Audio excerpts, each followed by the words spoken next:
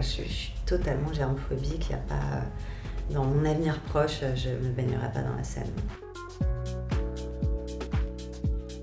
Pour l'instant, je n'ai pas vu de choses artistiques, profondes, émouvantes. Et ça me rassure quelque part. Je pense que ça me ferait complètement flipper si l'IA se mettait à écrire de la poésie qui me touche, si je voyais un personnage fabriqué en IA qui attrape quelque chose de mon émotion, sans rentrer dans une parano, mais en tout cas, c'est vrai que si à un moment donné, moi-même, je vais me faire avoir sur une image en n'ayant pas détecté que c'était de l'IA, ça me pose vraiment de grandes questions. Et je trouve que cette problématique, c'est quelque chose dont on doit s'occuper, et surtout dans le sens où je pense qu'il faut des règles très vite.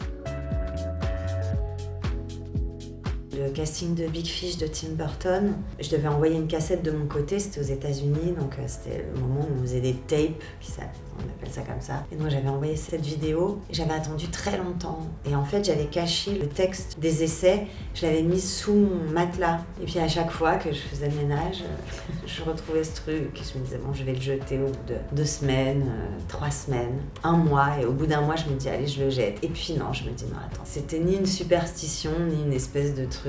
Mais quand j'ai décroché le rôle, genre 1 mois et demi plus tard, bon, je me suis pas dit que c'est parce que j'avais gardé le texte sous mon oreiller, mais